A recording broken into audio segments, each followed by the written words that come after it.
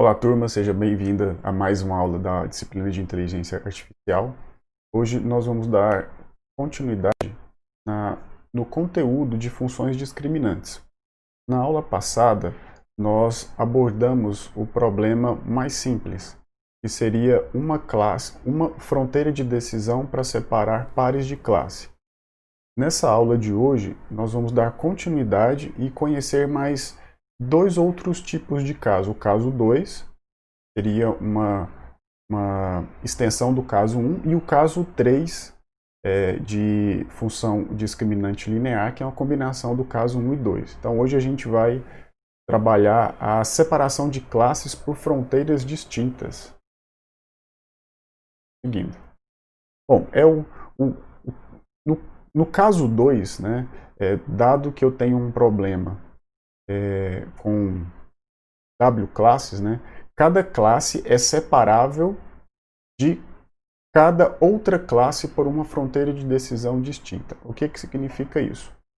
Eu tenho um problema de duas classes, né, de classificação binária ali. Eu tenho a classe A e a classe B. Eu vou chamar de classe I e classe J para facilitar o entendimento, dada a notação matemática que a gente está usando aqui no slide. Então, se eu tenho a classe I e a classe J, eu vou ter uma fronteira de decisão que separa a classe I da classe J e outra fronteira de decisão que separa a classe J da classe I. Qual que é a diferença? É uma única função de decisão, porém eu tenho de uma classe para outra, vamos supor, da classe I para a classe J, eu tenho a fronteira de decisão positiva, e da classe J para a classe I eu tenho a fronteira de decisão negativa. A única coisa que eu faço é inverter os sinais da função. Então, as classes são separáveis aos pares, portanto, há W, que multiplica W menos 1, dividido por 2 fronteiras de decisão. Então, dado que W é a quantidade de classes do meu problema, eu consigo encontrar quantas fronteiras de decisão tem ele usando essa fórmula aí. Então, as fronteiras de decisão, elas são especificadas, como eu já falei, em pares de classes. Então, para cada par de classe, para cada fronteira de decisão que divide duas classes, eu vou ter uma que divide a classe I da classe J e outra da classe J e a classe I. Então, eu não vou ter agora, como no caso 1, um vetor de pesos V para cada classe. Eu vou ter um vetor de pesos V para cada par de classes, tanto da classe I para a classe J, quanto da classe J para a classe I. Então, eu vou ter de um lado a função de decisão positiva e do outro lado eu vou ter a função de decisão negativa. Isso vai ficar mais claro no exemplo. Então, eu quero que vocês se atentem para esse critério de decisão aí abaixo, que ele vai ser muito importante para a gente entender esse exemplo. Se x, né, quem que é x? X é o meu objeto. X é a instância que eu quero classificar. Então, se x pertence à classe I, né, se eu tenho certeza, né, se eu sei, eu tenho essa informação a priori, que x pertence à classe I, então a fronteira de decisão da classe I, a qual o x pertence, para qualquer outra classe, que eu estou chamando de J, tem que ser maior que zero, para todo J diferente de I. Então, gravem esse critério de decisão, que é isso que vai fazer a gente entender. Então, eu estou dizendo, novamente, vou repetir, e se x pertence à classe I, a fronteira de decisão dessa classe para qualquer outra classe, função de decisão, ela vai ser maior que zero. Então tem que ser positivo. Sendo positivo de I para qualquer outra, vamos supor que eu tenho um problema de 4 classes. Então classe A, B, C e D.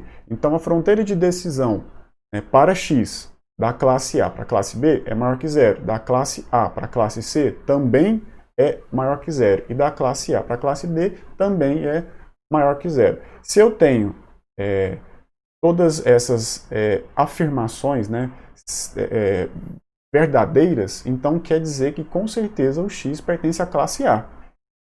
Porque eu satisfaço esse critério de decisão aqui. Vamos seguir.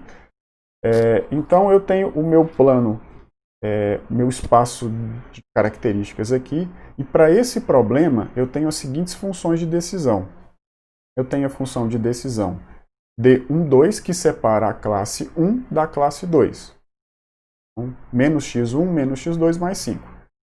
Certo. Então, já que para cada par de classes eu tenho duas fronteiras de decisão, que separa I da J e J da I, eu também tenho que ter a fronteira de decisão 2, 1, que separa a classe 2 da classe 1.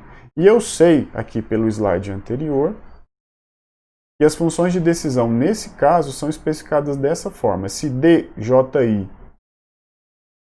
de x é positivo, dij de x é negativo. Então, eu tenho uma fronteira positiva que separa a classe A da classe B, vou ter uma fronteira negativa que separa B da classe A. Não quer dizer que o resultado vai ser negativo, mas eu estou invertendo os sinais dessa função, quando eu altero as classes. Certo, então, se eu tenho essa fronteira de decisão 1, 2, vou marcar os pontos aqui para poder passar essa função de decisão aqui no meu espaço de características, de modo que eu vou zerar ela. Então, eu escolhi esses pontos que são coincidentes no eixo x1 e x2, porque se eu aplicar o valor desses pontos lá na função d12, eu vou zerar ela. Isso a gente já aprendeu na aula passada. Então, essa é a minha função d12. Mas eu também, esse é um lado da função. O outro lado da função é a d21 de x, que é o negativo, é a parte lá de cima. Né? Como que eu sei, né, qual que é o lado d12 e d21? Isso aqui, pessoal, a gente vai obter durante o treinamento. Lá a rede neural é que vai calcular qual que é a função positiva e qual que é a função, o lado positivo e o lado negativo dessa fronteira de decisão.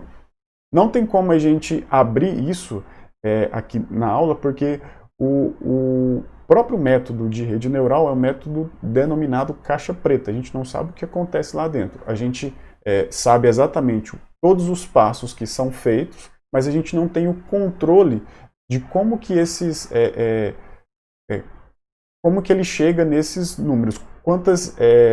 Quais iterações foram necessárias para que chegasse nessa fronteira de decisão.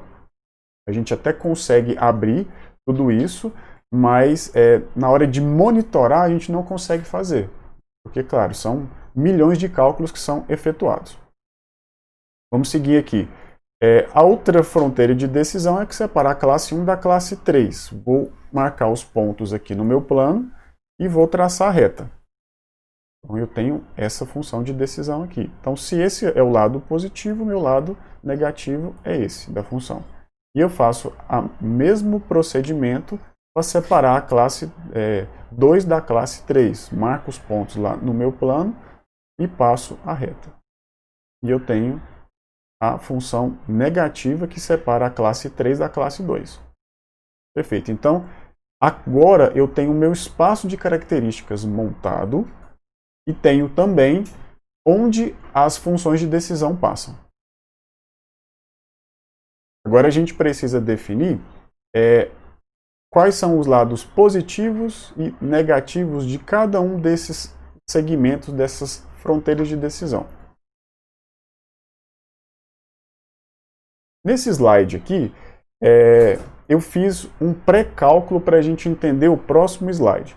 Então eu defini 6 pontos, ponto 1, 2, 3, 4, 5 e 6, de modo que, voltando aqui, cada um desses pontos ele fosse coincidente numa porção desse espaço de características, entre A2, 1, 1, 3, 1, 3, 2, 3, 2, 3, 1, 2, enfim, assim sucessivamente, com exceção dessa região aqui no centro, e como nós vimos na aula passada, é uma região de classificação indeterminada, então eu não consigo determinar qual classe pertence um objeto que cai nessa região. Mas no caso 3, a gente vai ver que é possível eliminar essa região de classificação indeterminada. Então eu fiz esse pré-cálculo aqui. Tá? Então, exemplo, para o ponto P1, cujo x1 é 2 e x2 é 5, eu apliquei aqui na função e obtive esses valores aqui como retorno. Então, eu fiz isso para todos os pontos, 2, 3, 4, 5, 6. Lembrem do slide que eu iniciei a aula e pedi para vocês, que vocês memorizassem o critério de decisão para que um ponto fosse considerado pertencente à classe I. Qual que era? A função de decisão, né, da classe I para qualquer outra classe tinha que ser maior que zero. Ou seja, os números negativos eu vou excluir. Então, eu marquei aqui no slide, coloquei em negrito apenas os positivos. Então, para o caso P1, seria 2, 1 e 3. Então, o ponto P1 ele é positivo para a função D21, D13 e D23. Então, fiz isso para todos os outros pontos. Os negativos, como eu falei, eu vou desconsiderar, vou considerar apenas os positivos. Outra informação que tinha lá naquele critério de decisão é que D e J de x é maior que zero para todo J diferente de I. Então, quando J for igual a I, eu desconsidero. O que é o J e I? São as classes. Então, classe A, classe B, classe C, classe D, classe C, classe A. Então, quando eu falar classe I e J, é simplesmente um índice que identifica essa classe. Tá? Mas se for problema de duas classes, por exemplo, pode ser classe A, classe B. Problema de três classes, classe A, B e C. Então, retomando aqui, ele precisa D e J precisa ser maior que zero, nós já encontramos todos os positivos, para todo J diferente de I. Então, vamos avaliar o seguinte. Aqui no próximo slide, eu vou plotar os pontos para a gente entender. Nesse slide aqui anterior, eu fiz os cálculos e eu vou pegar somente os resultados positivos, que é o que me importa para esse caso aqui. Então, o ponto P1, eu tive esses resultados aqui, que eu tirei da tabela anterior. Vou plotar esse ponto P1 e vou encontrar que a resposta de P1 ela é positiva para D21 e positiva para D13. Se eu for encontrar aqui, ó, ela vai ser positiva para D21 e positiva para D13. Tá? Aqui, ó, são números positivos. O P2, marquei aqui, ele vai ser negativo para D13 e positivo para D23. Bom, D23 eu tenho aqui, ele é positivo, mas o D13 eu não tenho aqui. Por quê? Eu desconsiderei ele. Se eu voltar no slide anterior, eu vou ver que o P2, a resposta do P2 para a função D13 é negativa. Então eu sei que esse lado aqui da função é negativo. Então eu faço isso para todos os outros. P3, P4, P5 e P6. Agora, eu preciso determinar, vou usar aquele critério de decisão lá do início da aula para determinar quais segmentos dessas fronteiras de decisão aqui são inválidos. Lembrando, se o x, eu vou chamar aqui, é x, lá no critério de decisão, mas o x é o P1, P2, P3, P4, P5, P6. Então, vou aplicar aquele critério de decisão para todos esses pontos. Então, se x pertence à classe I, quer dizer que a fronteira de decisão, lembrando, D e J de x é maior que zero para todo I diferente de J. Então, vou pegar primeiro o ponto 1 aqui. Primeiro, vamos avaliar na seguinte ordem. A função de decisão, eu vou chamar de cor para ficar mais forte, para ficar mais fácil. A função de decisão verde, tá? Depois a azul, depois a vermelha. Vai ser, não, a verde, depois a vermelha, depois a azul. Vamos seguir essa ordem aqui, partindo desse aqui no sentido horário, tá? Então, eu vou avaliar primeiro qual que é a região válida dessa fronteira de decisão, a verde, depois da vermelha, depois da azul. Como é que eu faço para avaliar a fronteira verde? Eu vou escolher dois pontos em relação à fronteira de decisão verde, de modo que 1.1 fique no lado positivo dessa fronteira de decisão, dessa função, e o outro ponto fique do lado negativo. Bom, se eu observar aqui, o ponto 1 ele está no lado positivo da função e o ponto 2 está no lado negativo. Beleza, então esses dois pontos aqui servem para eu tomar essa decisão. Então vou tomar a decisão de avaliar essa fronteira de decisão usando o ponto 1 e o ponto 3. Em relação, vou botar aqui, em relação a esse aqui, a fronteira de decisão azul. Por quê? O ponto 1 está do lado positivo da fronteira azul e o ponto 3 está do lado negativo da fronteira azul.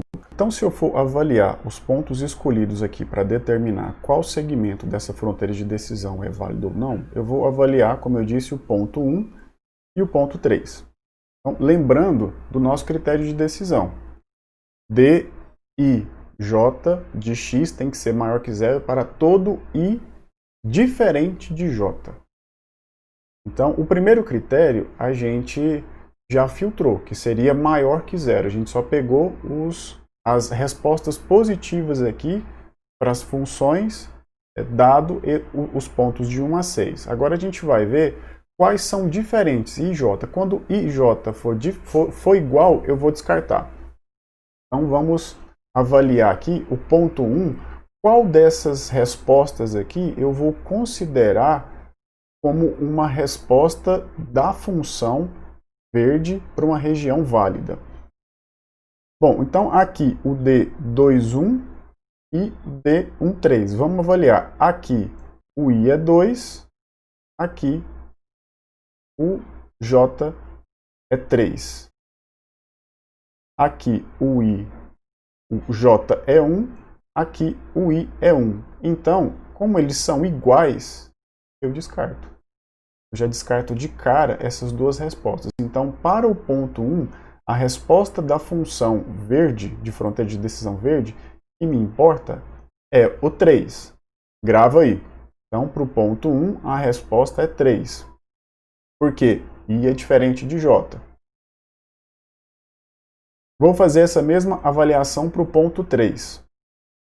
Então, aqui o I, aqui o J. Então, D21, o I é 2, o J é 1. D31, o I é 3, o J é 1.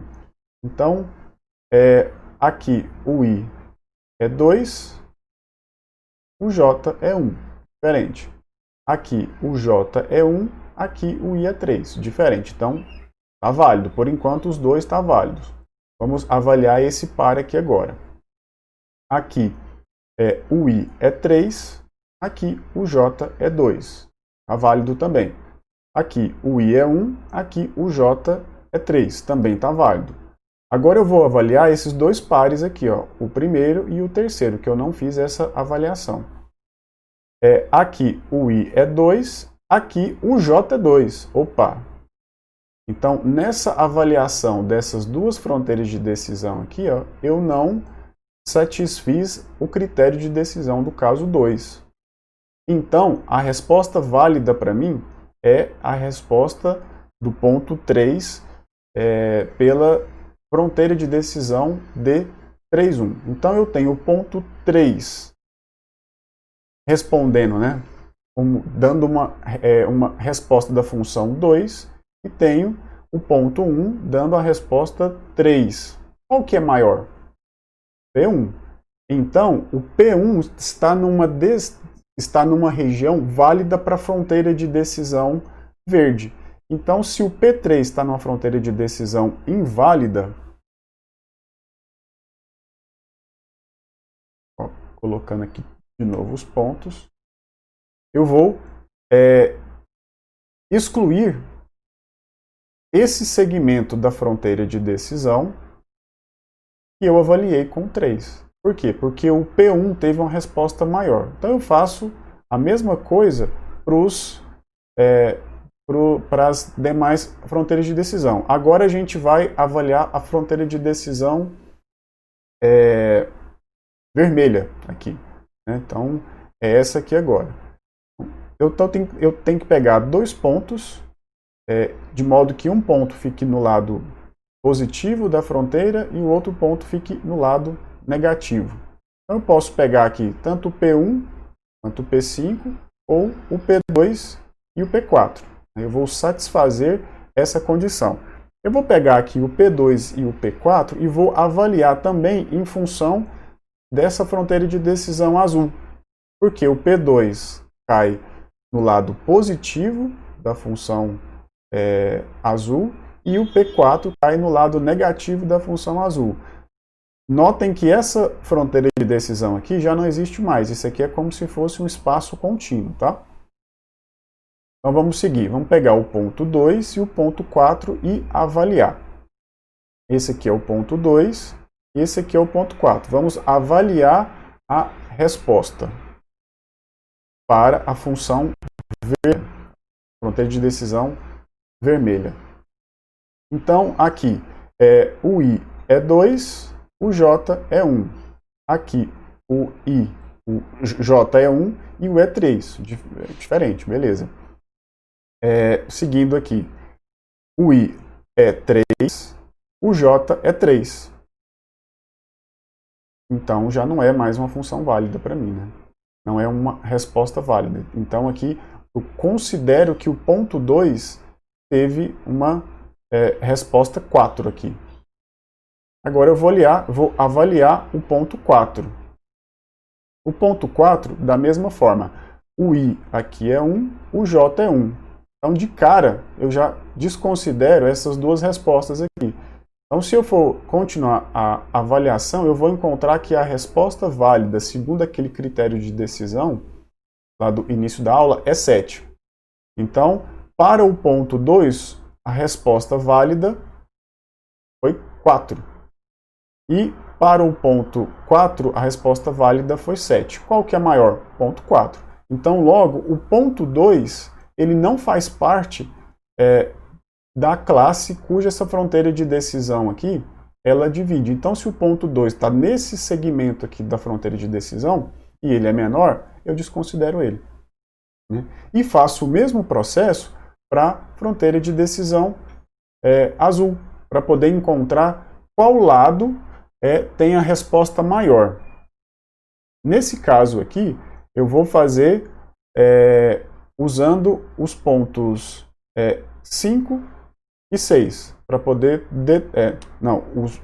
os pontos 3 e 5, porque eu vou medir a resposta da fronteira de decisão azul em relação à fronteira de decisão vermelha. Então eu vou encontrar, seguindo aquele critério de decisão, que o ponto 5 vai ter uma resposta menor do que o ponto 3. Então logo eu desconsidero isso aqui. Okay? E aí seguindo, nesse caso a gente vai ter as seguintes decisões. Toda essa região aqui ela vai pertencer à classe 1, né? O X, né? Todos os X que caírem aqui vão pertencer à classe 1. Se a resposta dessa função aqui for positiva para esse lado e a função a resposta dessa função aqui for positiva para esse lado. Lembra que para ser uma região de classe, a região tem que ser conexa e convexa. E a fronteira de decisão, a área, né, região de decisão da classe 2, ela vai seguir esse critério aqui. Então ela tem que ter uma resposta positiva para D21 e positiva para D23. Quando eu olho aqui no meu espaço de características, é essa região aqui. E a região da classe 3 é essa região aqui. Ainda assim, nesse caso 2, eu tenho uma região de classificação indeterminada, né? Quando a resposta da função D31, D21 e D32 é maior que 0 para todos os casos. Então, vai cair aqui um objeto, né, um X. Se ele cair aqui, ele vai ser positivo para todo mundo. Então, eu não consigo determinar qual classe que ele pertence. Então, esse caso aqui, ele já gera outro tipo de dicotomia. o lado que é da classe I e o lado que é da classe J. No caso 1, a gente tinha um lado que era da classe I e o lado que era da classe não I, ou seja, poderia ser de qualquer outro, o que gerava um monte de regiões de classificação indeterminada. Mas nesse caso aqui, as regiões de classificação válidas também são conexas e convexas. Vamos a um exemplo.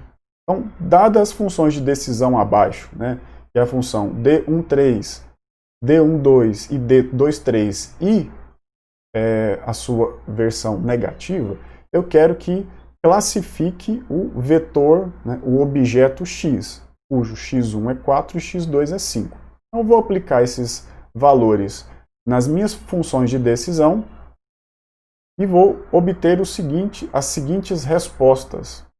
Quando eu aplico aquele critério de decisão, eu vou encontrar aqui a única possibilidade, né, aqui é do x pertencer à classe 2, porque ele tem valores positivos, né, para D21 e D23, de modo que o i é diferente de j. Então, aqui o i é 2, aqui o j é 3, é diferente. Aqui o i é 1, o j é 1 e aqui o i é 2, é diferente. Então, nesse caso aqui, eu posso dizer com certeza que esse objeto x, dado essas fronteiras de decisão, pertence à classe 2. Vamos seguindo para o terceiro e último caso, que é uma combinação dos dois primeiros casos, do caso 1 e do caso 2. Então, nesse caso aqui, o meu critério de decisão é diferente. É o seguinte, x pertence à classe I, aqui no caso, né, se a resposta da função DI for maior que DJ para todo J diferente de I. Então, além de ser positivo, tem que ser maior. Então, eu vou considerar um problema de duas dimensões, D igual a 2, e três classes. E essas são as minhas funções de decisão, função de D1, D2 e D3. Então, cada classe possui uma função de decisão. Como eu faço para encontrar a fronteira de decisão entre as classes? Eu faço uma subtração. Então, dado que eu tenho as funções D1, D2 e D3, para encontrar a fronteira de decisão entre a classe D1 e D2, eu faço uma subtração de funções. Subtraio D1 de D2. Para encontrar a fronteira de decisão da classe 1 entre a classe 1 e a classe 3, eu subtraio D1 e D3. E faço também, encontro a fronteira de decisão entre a classe 2 e 3, que é D2 menos D3. Então, eu vou encontrar essas fronteiras de decisão aqui. Então, agora, eu tenho as fronteiras de decisão D12, que é igual a 5x1 menos 2x2 mais 5. A fronteira D13, que é 3x2 mais 6. E a função da fronteira 23, que é menos 5x1 mais 5x2 mais 1. Então, esse aqui são as funções de decisão positivas. Né? Se eu quiser encontrar a função de decisão que separa a classe 2 da classe 1, como no caso 2, é só eu pegar essa função aqui e inverter os sinais. Se eu quiser encontrar a fronteira de decisão entre a classe 3 e a classe 1, eu pego a fronteira de decisão entre a classe 1 e 3, que é essa aqui, e inverto os sinais. Então, vamos a um exemplo aqui, né? Como a fronteira, a função de decisão 2, 3 é uma combinação linear da fronteira de decisão 1, 2 e 1, 3, né? Como é uma combinação linear, elas vão passar pelo mesmo ponto. Então, eu peguei o exemplo anterior, tracei aqui as fronteiras de decisão, atribuindo pontos de modo que a resposta seja igual a 0 para todas as funções. E como D2, 3 é uma combinação das outras duas, eles vão passar pelo mesmo ponto. Como elas passam pelo mesmo ponto, nesse caso aqui nós não vamos ter uma região de classificação indeterminada.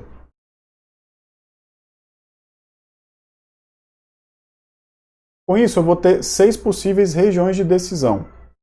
Vamos lá. O ponto 1, eu vou semear um ponto em cada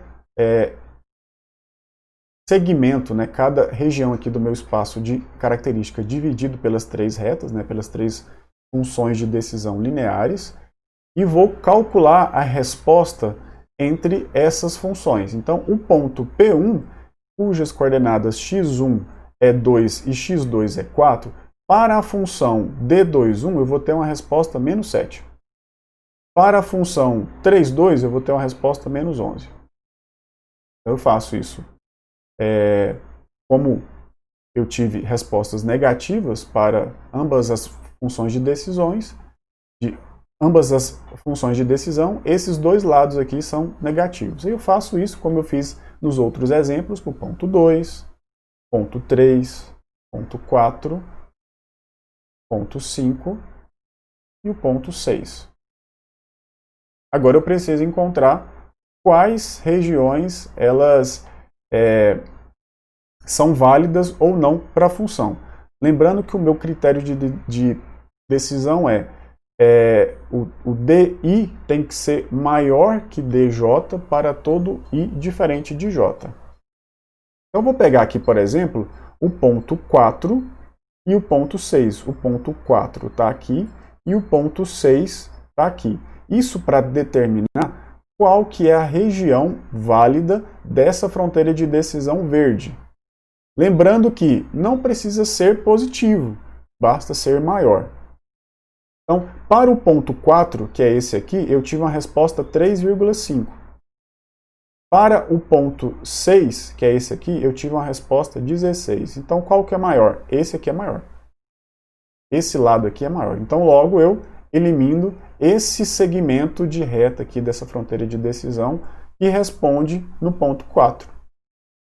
Faço a mesma coisa para a fronteira de decisão vermelha. Vou escolher o ponto 1 e o ponto 5. O ponto 1 está aqui e o ponto 5 está aqui. Qual foi esse critério de decisão? Novamente, o ponto, são dois pontos. Um ponto tem que estar do lado positivo da função e outro ponto do lado negativo. Isso. Nesse caso aqui é negativo para P1 e positivo para P5. Né? Olha aqui, positivo para P5, negativo para P1. Agora eu vou ver qual que é o maior valor. Então ele respondeu menos 11 para P1 e 11 para P5. Não tem muito o que decidir, né? O P5 é maior. Então logo, esse segmento de reta aqui, ele é válido. E este aqui é inválido. Eu vou lá, elimino. Faço a mesma coisa para a fronteira de decisão azul. Então, escolhi o ponto 3 e o ponto 5. Novamente, um ponto tem que estar do lado positivo e o outro tem que estar do lado negativo. Então, o ponto 3 respondeu 18, o ponto 5 respondeu menos 3. Então, esse lado aqui é inválido da minha fronteira de decisão. Eu elimino ele. Ok, pessoal? Então, era isso que eu tinha para passar para vocês sobre funções de decisão lineares, né, que são as funções discriminantes. E esse conteúdo foi para entender como que o método de decisão teórica ele trabalha para tomar a decisão. Essas funções elas são obtidas mediante treinamento de rede neural, de algoritmos de clusterização. E nós vimos algumas aulas numa aula passada, algumas passadas, né? Que a cada iteração essas funções elas são ajustadas até encontrar o menor erro possível. Né? O que é o erro? A diferença entre a resposta dada pelo algoritmo e a resposta correta. Então, no final, eu tenho essas funções de decisão já definidas, né? E aí a gente tem que fazer a inferência. Então, o que eu passei para vocês nessas duas últimas aulas agora, de funções discriminantes lineares, é simplesmente como que ele funciona para poder fazer a inferência, como que é a avaliação, o critério de decisão para ele fazer a inferência a partir do ponto que o modelo já está pronto. A gente usou muitos conhecimentos aqui de geometria analítica e basicamente dessa forma que é tomada a decisão no plano de características. E nas próximas aulas, né, nós vamos entender como que a gente faz a seleção do conjunto de dados e como que a gente treina esses modelos. Até mais. Saiba mais sobre o Instituto Federal Goiano. Acesse ifgoiano.edu.br e nos procure também nas redes sociais. Instituto Federal Goiano. A educação te transforma, você transforma o mundo.